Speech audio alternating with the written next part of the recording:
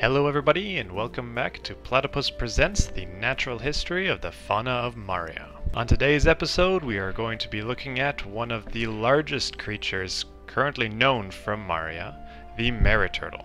This species appears to be one of the more rare species of animals on Maria.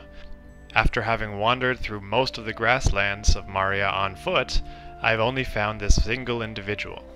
Unfortunately, this individual is also quite small, as I have heard accounts and seen with my own eyes individuals that are significantly larger than this one. Overall, this species most closely resembles a turtle or a tortoise from Earth. The most obvious differences, of course, being the presence of 6 legs, the hammerhead type snout, and the large club on its tail. The largest known turtle to have existed on Earth dated back to the late Cretaceous period, 80.5 million years ago. This species, known as Archelian ichthyosaurus, spanned nearly 4 meters in length and 5 meters from flipper to flipper. This species was exclusively marine and is most closely related to the leatherback sea turtles still living today. Due to their size, the Mariturtles are understandably quite slow. They are often seen simply grazing around the grasslands of Maria.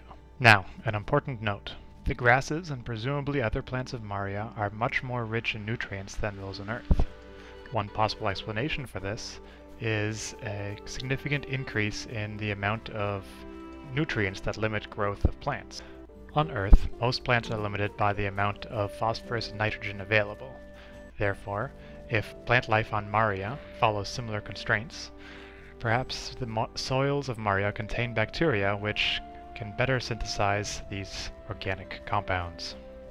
Further contributing to the large size of the Mariturtle and many of the other animals on Maria is the high oxygen content of the planet.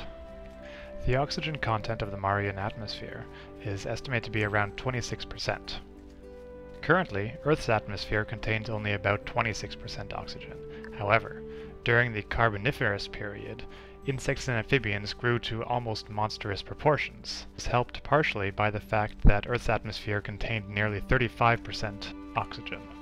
One theory suggests that insects and amphibians, which rely primarily on diffusion for oxygen to reach their cells, were able to achieve their larger size during the Carboniferous period due to an abundance of oxygen in the atmosphere. The Mariturtle is primarily solitary in nature and relies heavily on its shell as well as heavily armored head and tail to deter predators. When provoked, these appendages are likely to make formidable weapons. One of the more curious features of the Mariturtle are its eyes, of which it possesses 10, much more than most animals on Maria. Interestingly, the eyes are positioned on the tops and sides of the animal's head. This allows it to focus all of its eyes on any potential predators, thereby gaining as much information as possible from the other animal. However, when the animal is grazing and not threatened, it is able to scan the horizon with the eyes on the side of its head, looking for potential dangers. Animals on Earth are limited to just one pair of eyes. Therefore, herbivores on Earth tend to have their eyes on the sides of their heads. This allows them to scan the horizon for predators while their heads are down, grazing on plants and other vegetation.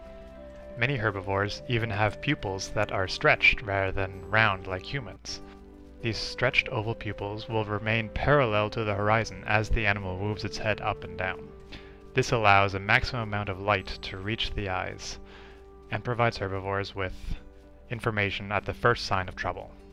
As we near the end of this video, it's time to present the genus and species name for the Mariturtle. For the genus, I propose the appropriate name Gigantomalleus, meaning giant hammer, and the species name Atlas. Atlas is in reference to the Titan of Greek mythology, forced to carry the weight of the world on his shoulders. In this case, the Mariturtle's equivalent is its giant shell, which presumably is quite heavy.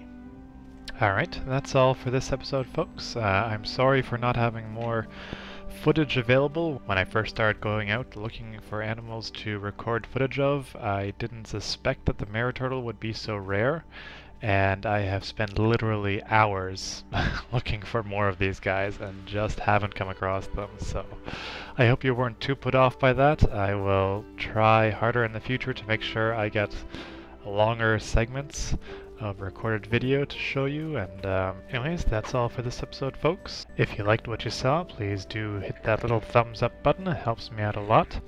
And why don't you go ahead and leave me a comment. Let me know which animals you want me to focus on next. There's a whole wide world out there, and we're just getting started.